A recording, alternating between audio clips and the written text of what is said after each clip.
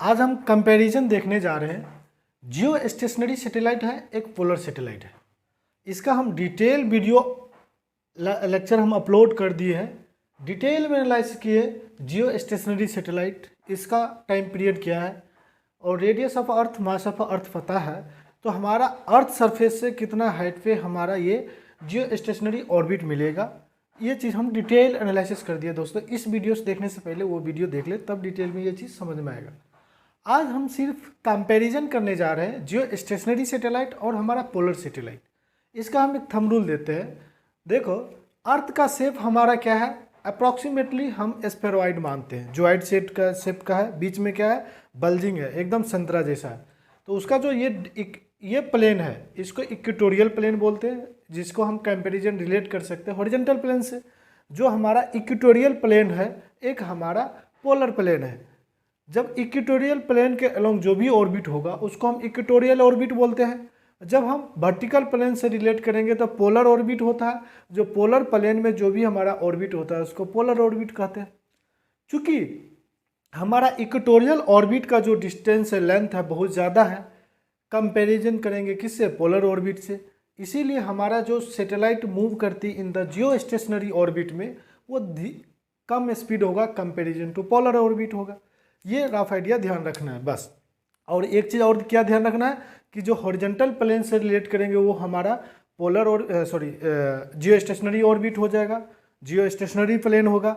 Vertical plane से जो भी रिलेट करोगे उसको पोलर प्लेन बोल दो, या उसको ऑर्बिट जो होगा पोलर ऑर्बिट बोलेंगे। इसके बिहार पे हमने कंपैरिजन कर रहे हैं।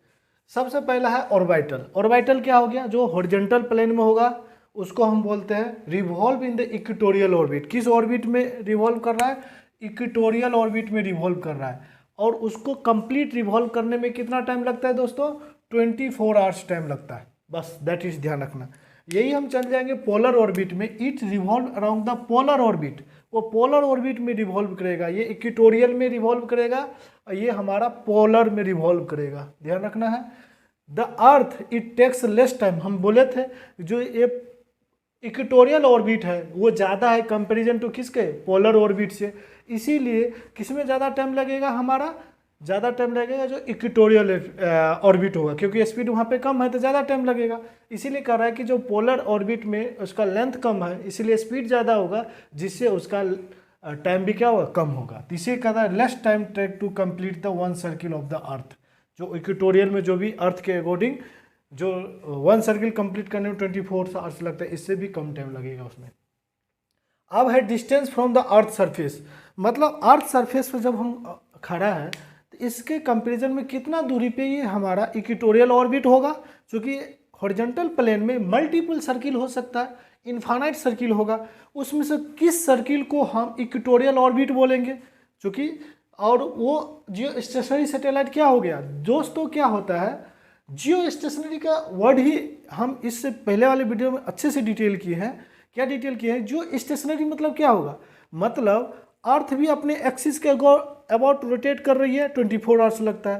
तो एक ऐसा दूरी पे, ऐसा ऑर्बिट, जिस ऑर्बिट में सैटेलाइट प्लेस करने में या हमारा कोई भी ऑब्जेक्ट प्लेस करने में जो भी रोटेशन होगा अर्थ का उसके रोटेशन के बराबर होगा। इसका मतलब जो अर्थ के रिस्पेक्ट में वो सैटेलाइट क्या होगा, रेस्ट में होगा। इसीलिए उस ऑर्बिट को हम देते हैं जियो स्टेशनरी ऑर्बिट।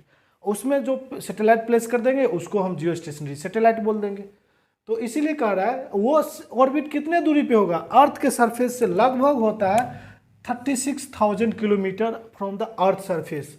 जो कि polar satellite at a height कितना होता है, 5,08,000 kilometre from the earth surface से होता है। ओके दोस्तों, यूजेस, इसको यूज किया जियो स्टेशनरी सैटेलाइट।